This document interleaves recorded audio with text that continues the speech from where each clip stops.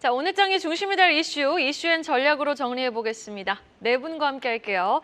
야천투자연구소 남인호 소장, 에이블에셋 유광기 대표와 글로원 파트너스 이성웅 이사, 헤르메스 스탁 하창원 본부장과 함께 하겠습니다. 네 분 어서 오세요. 자, 지난달 삼성전자의 주가 하락세가 두드러졌습니다. 8만 원대였던 주가가 현재 7만 3,500원에 머물러 있는데요. 이 엔비디아로의 HBM 공급 기대감이 부풀었던 지난달 대비 10% 가까이 하락을 한 겁니다. 자, 주가 하락을 주도한 건 외국인이었습니다. 5월 한 달 동안 2조 5천억 원 넘게 2조 6천억 원 가까이 팔아치웠는데 자, 이 외국인의 순매도 사실 그동안 올해 들어서 많이 산 건 맞거든요. 그런데 지금 이 매도의 원인은 어디에 있는 건지 또 삼성전자 계속 긍정적으로 지켜봐도 좋은 건지 남인호 소장님이 짚어봐 주시죠. 네, 매도의 원인은 크게 세 가지로 꼽고 있죠. 첫 번째가 HBM에 대한 대응이 적절치 못했다. 다음 두 번째가 국제 금리가 내려갈 걸로 기대했는데 전혀 내려갈 기미가 없다. 마지막 세 번째가 이번 주 금요일인가요? 9일 날에 파업이 나올지 모른다. 요 세 가지입니다.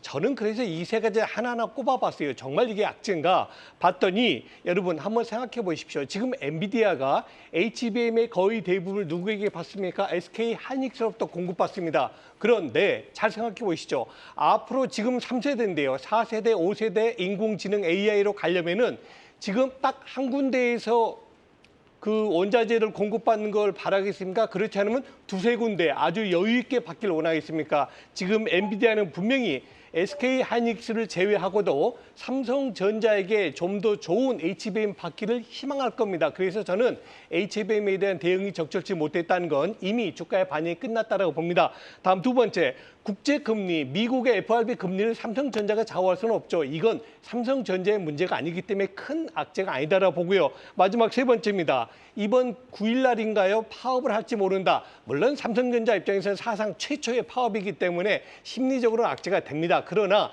그것이 실질적으로 지금 뭐 반도체 디램이라든가 낸드 프레시 재고가 없어가지고 뭐 팔지 못하는 거 그런 거 아니지 않습니까? 그래서 우리가 생각했던 것보다 그렇게 큰 악재는 아니다. 자, 왜 그러면 삼성전자를 지금 매수 관점에 봐야 되냐? 두 가지를 꼽겠습니다. 첫째, 실적이 억수로 좋아졌습니다. 여러분 아시는 것처럼 1분기에 비해서 2분기 실적 호조가 아마 삼성전자가 굉장히 높은 걸 이제 곧 보실 겁니다. 그래서 아마 영업이익으로는 우리 국내에서 드디어 또다시 현대차를 제치고 1위로 올라갈 가능성이 크다는 것이고요. 다음 두 번째입니다.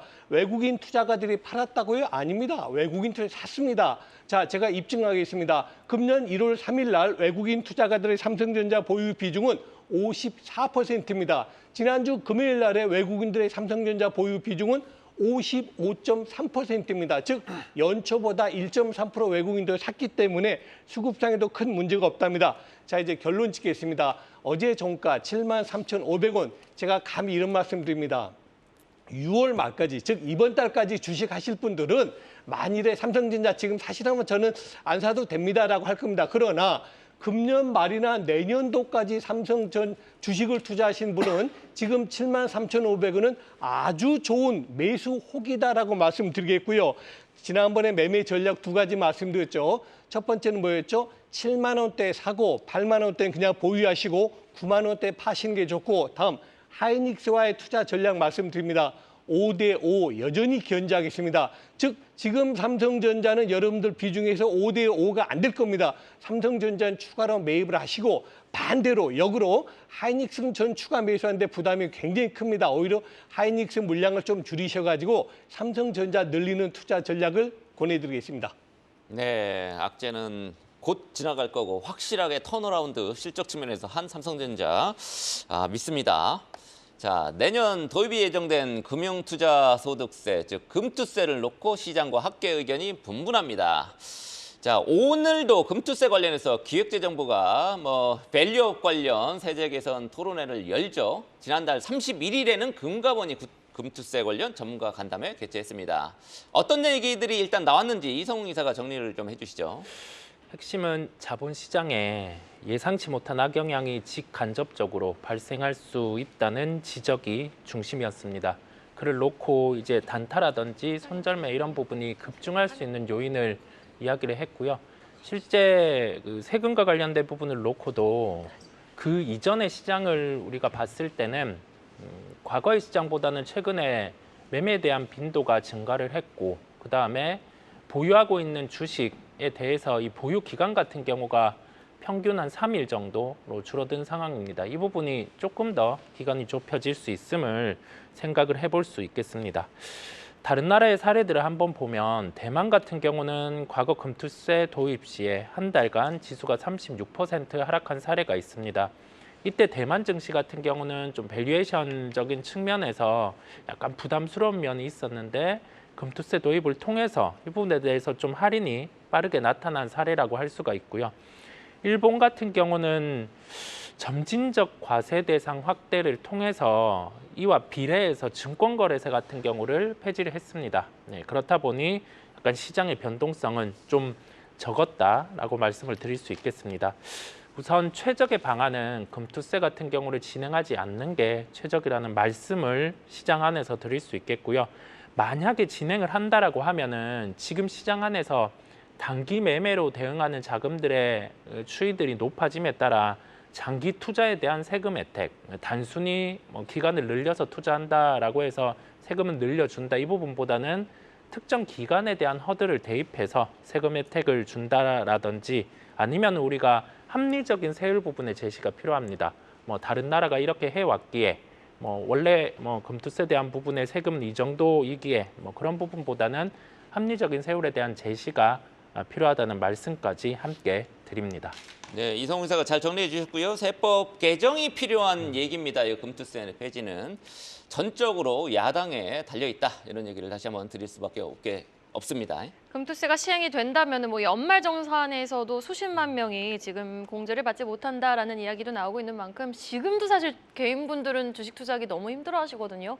그런데 정말 개인 투자자분들을 위한 우호적인 환경이 좀 조성되길 좀 바라는 마음으로 계속해서 진행해 보도록 하겠습니다. 다음 소식입니다. 주말 사이 산업통상자원부가 5월 수출입 동향을 발표했습니다. 22개월 만에 최대 실적을 기록한 것으로 나타났는데요. 어떤 부분이 특히 두드러졌는지 자세한 내용 유광희 대표께 들어보죠. 네, 말씀하신 것처럼 수출이 전년 대비해서 11.7% 정도 증가를 하면서 8개월 연속 플러스를 기록을 했습니다.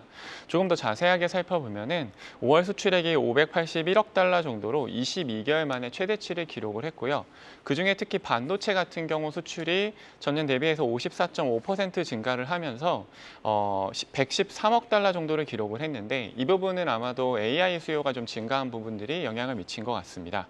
그리고 자동차 같은 경우에도 역대 5월 중 최대 수출 실적을 기록을 했는데 이 부분은 아무래도 하이브리드 차량과 SUV 차량이 잘 팔린 부분들이 좀 영향을 미친 것 같고요. 저는 특히 선박 수출이 20억 6천만 달러 정도를 기록을 했는데 증감률을 보게 되면은 108% 정도 증가를 했기 때문에 이 부분을 조금 주의 깊게 살펴봤었습니다. 아무래도 21년도에 수주한 고부가 선박들이 이제 실적에 반영이 되면서 수출 실적이 조금 꾸준하게 증가하는 모습을 보이고 있는데요. 조선업 같은 경우에는 현재는 기술 난이도가 상당히 올라갔기 때문에 새로운 업체들이 신규 진입을 하는 게 어려워졌고 우리나라 기업들한테는 오히려 수주를 할 수 있는 기회로 좀 작용을 되는 부분들이 있는 것 같습니다. 특히 HD 한국조선해양 같은 경우에는 올해 수주 목표를 무려 84% 정도 달성을 했고 3년치 이상 수주 잔고를 확보한 것으로 알려져 있는데요. 조선 3사 같은 경우가 이미 수주를 확보해 놓은 상태이기 때문에 중요한 거는 비용적인 부분들일 것 같습니다. 그런데 원자재와 임금 인상이 어느 정도 좀 완화가 되고 있는 부분들이 있기 때문에 실적 개선은 좀 계속되지 않을까라는 기대를 하고 있는데요. 여기에 더해서 특수선이랑 MRO 시장 확대도 좀 기대를 해볼 수 있을 것 같습니다. 저희가 그 전에는 아무래도 육군과 공군 관련된 것들에 대한 방산 수출이 많이 이루어졌다라고 하면은 향후에는 이제 이 부분을 해군 쪽으로도 좀 기대를 해볼 수 있을 것 같은데요. 군함과 잠수함 같은 특수선 시장 규모가 2034년까지 한 1조 달러 규모로 성장을 할 것으로 예상이 되고 특수선 유지보수라고 하는 MRO 시장 같은 경우에도 올해 77조 정도로 기대가 되고 있습니다. 이렇게 되면서 우리나라 기업들이 이 부분에 상당히 적극적인데 특히 하나오션 같은 경우에는 호주 방산업체인 오스탈 인수를 좀 시도를 하면서 특수선 MRO 조직을 따로 운영을 하고 있습니다. 근데 우리나라 기업들 같은 경우에는 아무래도 조선 기술은 세계 최고 수준을 기록을 하고 있는데 방산 부분에서는 아직 초기 단계이기 때문에 이 부분에 있어서는 계속해서 좀 시장 확대를 기대해 볼 수 있을 것 같은데요. 저희가 수출입 동향을 봤을 때 반도체와 선박 수출이 계속 증가를 하면서 탄산에 대한 수요들이 계속해서 좀 증가를 하고 있습니다. 그런데 인도 같은 경우가 최근에 50도 넘는 폭염등을 기록을 하고 있고 올해도 우리나라 같은 경우에는 역대 최고로 더울 거라는 예상들이 나오고 있기 때문에 여기에 계절적인 수요로 드라이 아이스에 대한 수요들도 증가할 것으로 예상이 되기 때문에 탄산 관련된 태경 케미칼 같은 종목들을 좀 관심주로 추가해서 지켜보시는 것도 필요할 것 같습니다. 네, 알겠습니다. 태경케미컬 언급 자주 나오고 있네요. 한번 계속해서 주목을 해보도록 하겠습니다. 네, 특히 조선사들 지금 뭐 일감이 몇 년치가 막 쌓였다 이렇게 이제 얘기를 또 해주셨고요. 수출도 잘 되고 있는 것 같습니다. 다만 이번 달에 이제 본격적인 임단협 시작되는 것 같아요. 이제 파업하고 그런 우려가 있어서 뭐 일감은 많이 쌓아놓고 있는데 파업하면 소용이 없죠. 잘 해결되기를 바라겠습니다. 자, 해운 운임이 천정부지로 뛰고 있습니다. 중국 컨테이너 운임이 한 달 동안 50% 넘게 급등한 것으로 이렇게 집계가 되고 있습니다. 지난달에 전 세계 컨테이너 운임이 급등 구간에 진입한 이후에 컨테이너 품귀 현상까지 벌어지고 있다고 하는데 자세한 내용은 하창원 본부장한테 들어보겠습니다. 네, 말씀 주신 것처럼 지금 운임지수가 굉장히 좀 가파르게 상승을 하고 있습니다. 특히나 SCFI 지수 같은 경우는 뭐 수치를 보시면 이제 연고점을 뚫는 것뿐만 아니라 굉장히 상당히 가파르게 상승을 해주고 있는데요. 아무래도 홍해 사태 이후에 조금 이제 상대적으로 이 운항이 긴 노선을 좀 선택하다 보니까 상대적으로 공급량이 좀 줄어드는 흐름들이 나타났고 거기에다가 이제 수요단이 조금 늘어나는 기조들이 나타나면서 운임지수가 굉장히 좀 가파르게 상승을 해줬다라고 보시면 좋을 것 같습니다. 게다가 이제 환경 규제가 굉장히 좀 강화가 되다 보니까 거기에 따라서 장기적으로야 이제 새로운 배들을 건조를 해서 좀 납품을 하게 되면 공급이 늘어나는 부분으로 되겠지만 이게 또 역으로 본다라고 한다면 단기적으로는 이렇게 공급에 대한 흐름들이 약해지는 상황에서 추가적으로 환경 이슈가 붙어주면서 또 단기적인 공급량이 좀 줄어들고 있다라고 보시면 되거든요. 그래서 거기에 따른 운임지수 상승 기조가 굉장히 가파르게 나오고 있다라고 이해를 해보시면 좋을 것 같습니다. 거기에다가 이제 유럽과 미국 쪽에서 이제 중국 쪽에 대한 제품 수요가 늘어나는 부분들도 상당히 좀 큰 영향을 주고 있다라고 보시면 좋을 것 같고요. 지금 업계에서는 뭐 일부분이긴 하지만 코로나19 때 이상으로도 이제 운임지수가 상승을 하는 것이 아니냐라는 얘기가 시원찮게 좀 나오고 있는 상황입니다. 그러다 보니까 만약에 그러한 흐름으로 유지가 된다라고 한다면 또 이전에 뭐 HMM 같은 이런 이제 해운 관련된 종목군들의 실적이 굉장히 좀 높아질 것으로 전망이 될 것이고요. 이미 HMM 같은 경우는 운임지수가 대폭 상승을 하다 보니까 향후 실적에 대한 긍정적인 전망들이 나오고 있다라는 점을 봤을 때 앞으로도 이제 공급에 대한 이런 이슈가 부각이 되는 상황에서 수요가 늘어날 수 있는 이벤트가 불거진다라고 한다면 추가적인 운임 상승을 좀 기대해 보셔도 좋을 것 같고요. 최근에 이제 글로벌 그 나라들의 PMI 지수가 또 상당히 좀 높아지고 있는 상황이죠. 경기 확장 국면으로 다 돌아서 있는 상황이고 거기서 추가적으로 지수에 대한 상승이 나온다면은 이는 수요단의 증가 부분으로 이어질 수 있기 때문에 해당 부분들을 좀 잘 지켜보시면 어떨까 싶고요. 관련주로는 뭐 다들 아시다시피 HMM, 페노션, 뭐 대한해운, 흥하해운 정도가 되겠습니다. 뭐 탄력적으로 조금 이런 수급이 쏠린다라고 한다면 흥하해운이 유통주식수가 가장 적기 때문에 좀 가파르게 움직일 가능성이 있고요. 만약에 좀 본업적으로 본다라고 한다면 HMM이나 페노션 부분으로 좀 집중을 해보시는 게 맞지 않을까라고 생각을 하고 있습니다. 유통 주식 수가 적은 흥하해운 내지는 펀더멘털적으로는 대한해운이라든지 대한해운 아니죠. HMM이라든지 페노션 같은 종목 한번 주목을 해보자라고 말씀을 해주셨습니다. 해운주 좀 우리가 긍정적으로 계속 지켜볼 필요가 있겠네요. 자, 이어서 가장 빠른 리포트와 공시도 확인해보고 오겠습니다. 이혜은 캐스터입니다. 오늘 아침에 나온 리포트 정리해드리는 가장 빠른 리포트행 공시 시간입니다. 상향 리포트로는 한국콜마 리포트가 발간됐고요. 셀트리온, 네이버, 한올바이오파마 목표가는 유지됐으며 아모레퍼시픽도 목표가 22만 원, 동아소시오홀딩스는 목표가 15만 원으로 유지됐습니다. 그럼 목표가가 상향된 한국콜마부터 만나볼까요? 하나증권은 한국콜마와 관련해 스킨케어 수출 확대와 함께 수주 증가가 유의미하게 나타나고 있다며 이는 외형과 마진 개선에도 긍정적으로 작용하고 있다고 했습니다. 이외에도 자회사인 연후의 용기 수주 역시 증가하고 있다며 호실적을 이어갈 것이라고 봤고요. 따라서 목표가를 7만 5천 원에서 8만 원으로 상향 조정했습니다. 이어서 유지 리포트입니다. KB증권은 미국 소화기 질환학회를 통해 셀트리온의 진펜트라 출시에 이상이 없음이 확인됐다고 했는데요. 따라서 하반기부터 진펜트라 출시 효과를 본격 기대해 볼 수 있을 것이라고 봤고요. 이와 함께 스텔라라, 악템라, 프롤리아 등 기존 제품들과 시너지 효과를 낼 수 있는 바이오시밀러 후속 제품들도 긍정적으로 평가했습니다. 투자 의견은 매수로 목표가는 25만 원을 유지했습니다. 네이버도 확인해 볼까요? 하나증권은 미국 나스닥 상장 초읽기에 들어간 네이버 웹툰과 관련해 상장 자체로 북미 마케팅 효과를 비롯해 투자를 위한 자금을 얻을 수 있다고 봤습니다. 다만 웹툰 상장은 목적지가 아닌 시작점이라며 웹툰 상장만으로 네이버에 미치는 영향은 제한적일 것이라고 봤는데요. 그러면서 중국 이커머스에 대한 우려 해소, AI 경쟁력 증명 등이 해소되어야 본격적인 주가 재평가가 가능하다고 봤습니다. 목표가는 26만 원을 유지했네요. 마지막은 한올바이오파마인데요. 신한투자증권은 최근 주가 하락은 파트너사인 이뮤노반트가 바클로틀리맛 임상 2건을 모두 내년 상반기로 미룬 것이 원인이라고 봤습니다. 그러나 관련 상업화 계획은 현재 변경된 것이 없고 대신 동시에 바토클리맙의 약점을 보완한 후속 물질을 동시에 진행 중이라고 했습니다. 그러면서 이는 옳은 선택이라며 따라서 현재 실적 추정치에는 변동이 없다고 했고요. 매수 의견과 함께 목표가 6만 2천 원을 유지했습니다. 지금까지 가장 빠른 리포트 행공시 이은이었습니다.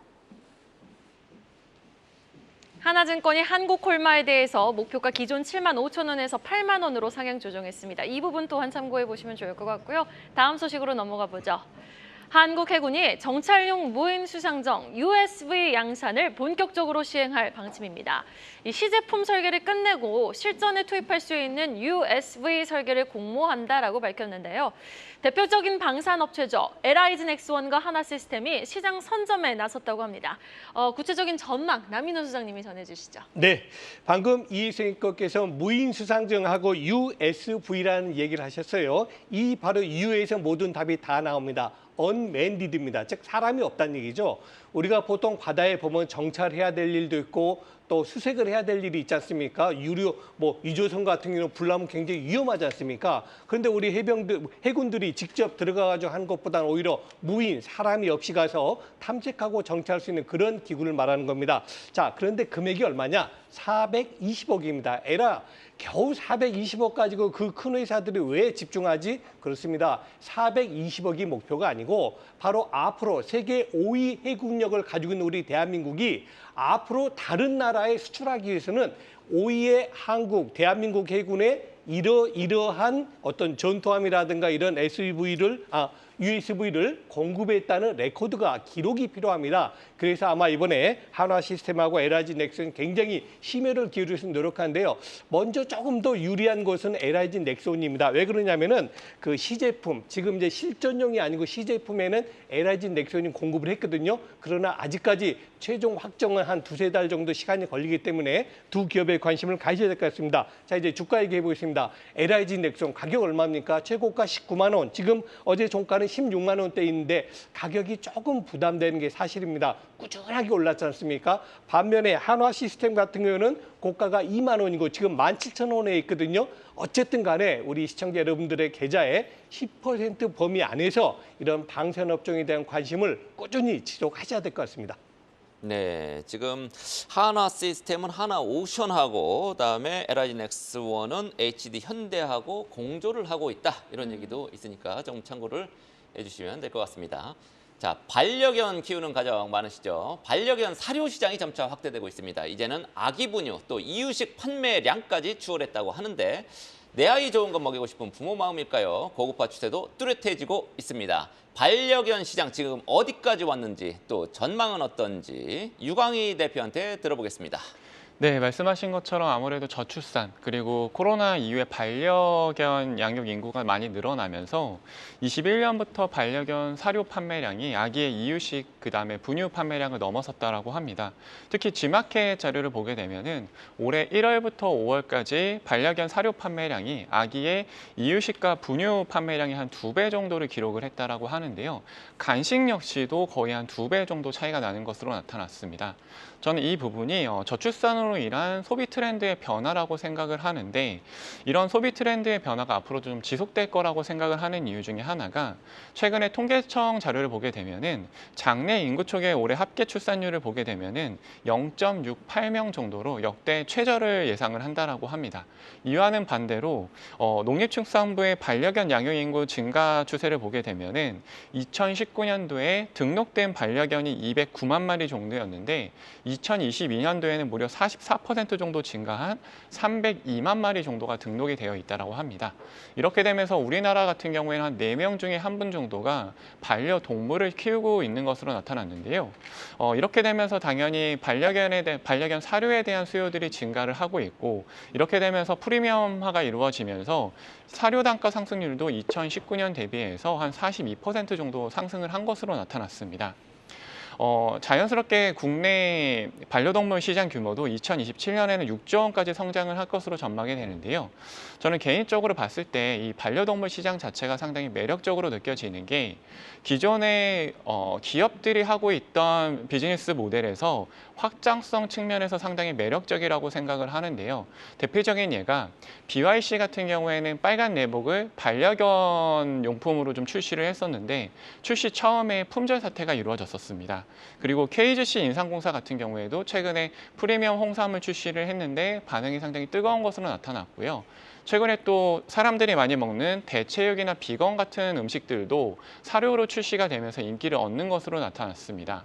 특히 보험사 같은 경우에는 펫보험 등을 출시를 하고 있는데 이 부분이 아직 가입률이 1.4% 정도밖에 되지 않기 때문에 향후에 시장 확대도 좀 기대해 볼 수 있는 부분들이 있을 것 같습니다. 장기적으로 봤을 때 아무래도 전 세계적으로 저출산 추세가 계속해서 이루어지고 있고, 매년 또 10% 이상 성장하고 있는 시장 자체가 반려동물 시장 외에는 몇 개 없기 때문에 장기적인 관점에서 봤을 때 저희가 계속해서 반려동물 시장에 대한 관심을 좀 갖는 게 좋지 않을까라는 생각을 하고 있습니다. 이혜성 앵커는 반려견 키워본 적 있습니까?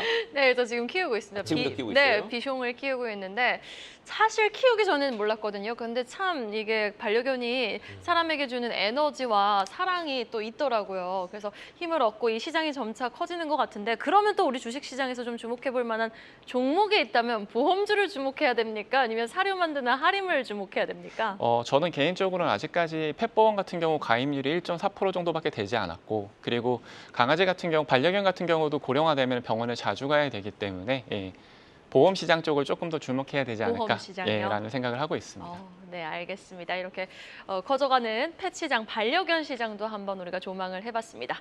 자, 마지막 소식입니다. 지난달 31일 90여 명의 민간 전문가가 참여한 11차 전력 수급 기본계획 브리핑이 열렸습니다. 11차 실무안을 정부에 전달했다라고 밝혔는데 구체적으로 어떤 내용이 들어있었는지, 또 우리가 여기서 얻어갈 수 있는 투자 포인트는 무엇이 있는지 하창환 본부장님께 한번 들어보도록 하죠. 네, 일단은 결론적으로 말씀을 드리면 앞으로도 이제 신재생 에너지에 대한 이런 수요도가 높아질 수밖에 없고, 전력에 대한 이벤트들이 계속적으로 나올 수 있다라는 부분을 좀 챙겨 가보시면 좋을 것 같습니다. 일단 11차 전력 수급 기본 계획 같은 경우는 이제 38년까지의 전력 수급 기본 15년이죠. 네, 그렇죠. 15년 동안의 그런 이벤트를 좀 체크하는 그런 계획을 발표하는 안이라고 보시면 될 것 같은데요. 이 안에서 지금 이제 무탄소 에너지 비중을 30년에 52.9%에서 이제 38년에 70%대까지로 좀 확대를 하기로 했습니다. 이 얘기인 즉슨 앞으로도 계속적으로 뭐 원전부터 시작해서 풍력, 태양광 같은 이런 여러 가지 에너지원에 대한 수요가 높아질 수 있다라고 보시면 될 것 같습니다. 근데 만약에 이게 최근에 AI 데이터 센터라든지 이렇게 전력에 대한 수요가 많이 늘어나는 그런 현황이 아니었다라고 한다면 크게 모멘텀이 안 될 수도 있죠. 왜냐하면 장기적으로 봐야 되는 계획이니까요. 근데 지금 시점은 전력에 대한 에너지 부분들이 계속적으로 논란이 되고 있고 쇼티지에 대한 언급들이 나오고 있는 상황이기 때문에 이 부분에서의 좀 추가적인 이벤트들이 좀 부각이 되지 않을까라고 보고 있습니다. 게다가 대형 원전에 대한 세기에 대한 건설과 SMR 관련된 부분에서 1기를 또 설치를 할 예정이기 때문에 향후 흐름들에 대해서 상당히 좀 기대가 될 수 있다라고 보시면 될 것 같고, 원전 같은 경우 또 사이클을 본다라고 한다면 대형 원전 같은 경우는 한 13년 정도가 걸린다라고 보시면 되거든요. 그렇기 때문에 짓는데요. 네, 짓는데요. 그래서 우리나라에서 어쨌든 이거를 진행을 한다라고 했을 때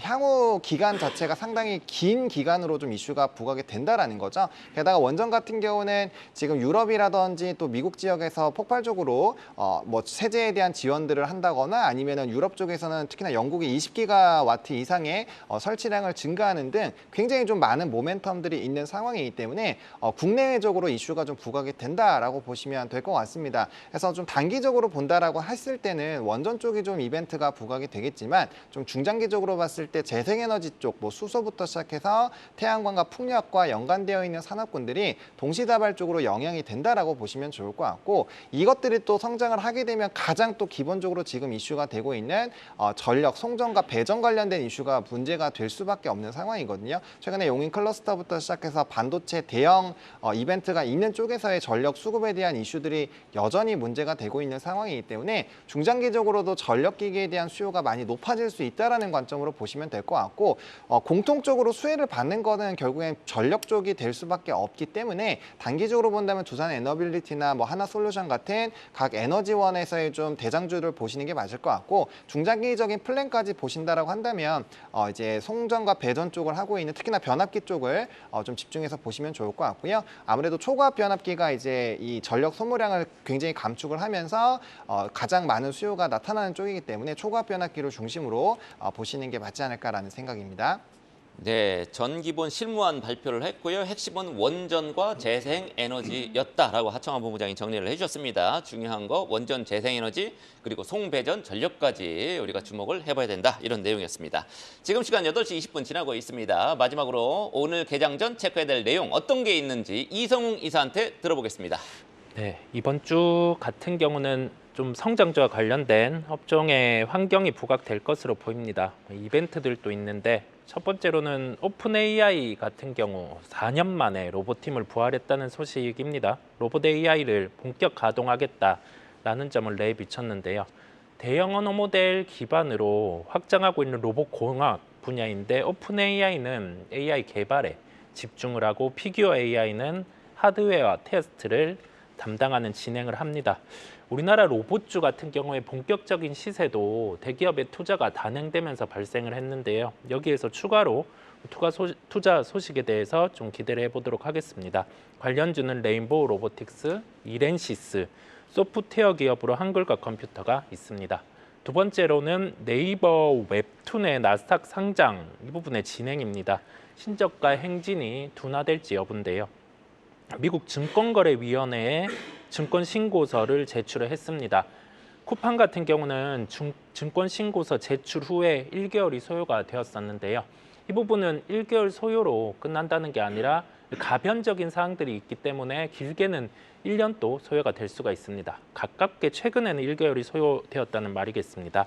그랬을 때 우리가 네이버, 그다음에 나머지 웹툰주를 기준으로 봤을 때는 네이버의 웹툰에 대한 매출 비중을 놓고 이 부분에 대해서 상장되는 시가총액을 대입을 해서 나머지 종목들도 흐름이 나올 수가 있겠고요. 다만 네이버와 연관적인 사업이 있는 기업 쪽으로 보시는 게 낫겠습니다. 관련주는 Y랩, MBT라는 기업이 있습니다. 마지막으로 냉감 소재와 관련된 부분입니다. 날씨가 더워지고 있다 보니까 옷을 입었는데 더 시원하다라는 헤드라인인데요. 시장 규모 같은 경우도 2025년 기준으로 4조 7천억 원이 예상이 되고 있습니다. 시장에서는 접촉 냉감 기술을 선호를 하고 있습니다. 여기에서 통기성 같은 경우를 증가시켜주는 요인이 있겠는데요. 우리가 관련된 종목으로는 보통 화학 쪽 사업을 영위해오던 기업 같은 경우가 이 부분과 관련해서도 사업을 영위를 하고 있습니다. 관련주로는 코오롱인더, 휴비스라는 기업이 있습니다. 네, 알겠습니다. 그리고 오늘도 좀 궁금한 건 2차 전지 관련주들입니다. 양극재 가격이 14개월 만에 또 반등을 했거든요. 금요일 날 시장이 그렇게 코스닥은 강했지만 코스피가 좀 아쉬웠는데도 불구하고 2차 전지주들은 또 힘을 내줬어요. 네. 상승의 지속성 오늘도 좀 기대해 봄직할까요? 하창원 본부장님. 네, 일단은 단기적으로는 좀 지켜보셔도 괜찮을 것 같습니다. 왜 그러냐면 일단 양극재에 대한 가격 반등이 트리거가 되기도 했겠지만 올해 1월부터 5월 달까지 전체적인 기관의 수급을 쪽을 살펴보시면 2차 전지 쪽이 가장 매수량이 높습니다. 그래서 바닥권에서는 사실 언제든지 그 수급에 대한 영향을 받아서 주가의 급등락은 나올 수 있다라고 보시면 될 것 같고요. 다만 이제 연속성적인 부분에서는 이 반등의 기조가 단기적으로 끝나는 것이 아니라 좀 추세적인 흐름들이 만들어져야 되기 때문에 지금 아직까지 캐즘 구간이 끝나지 않았고 가격 경쟁에 대한 이벤트가 있기 때문에 조금은 그 부분에 대해서는 신중해 보실 필요가 있다라고 정리드리겠습니다. 네, 그리고 반도체 관련주도 궁금합니다. 삼성전자는 금요일에 장중 상승폭 다 반납했고 하이닉스는 지금 재산 분할 문제까지 좀 겹친 상황이거든요. 전자닉스의 상승 오늘 좀 기대해 볼 수 있을까요, 남인호 소장님? 네, 어제 발표된 우리 수출 동향 어떻습니까? 5월달 수출 좋아진 건 바로 반도체 힘입니다. 비록 주가는 최근 조정 보이지만 반도체에 대한 여러분의 포트폴리오 계속 30% 유지하시면 좋겠습니다. 화이팅! 화이팅입니다. 자, 지금까지 개장 전 꼭 확인해야 할 뉴스들 쫙 정리해봤습니다. 야천투자연구소 남인호 소장, 그리고 에이블에셋 유강희 대표와 글로원 파트너스 이성홍 이사, 헤르메스닥 하창원 본부장 수고 많으셨습니다. 계속해서 다양한 경제 이슈를 알고 싶다면 구독과 좋아요, 알림 설정 부탁드립니다. AI 캐스터 권미정이었습니다.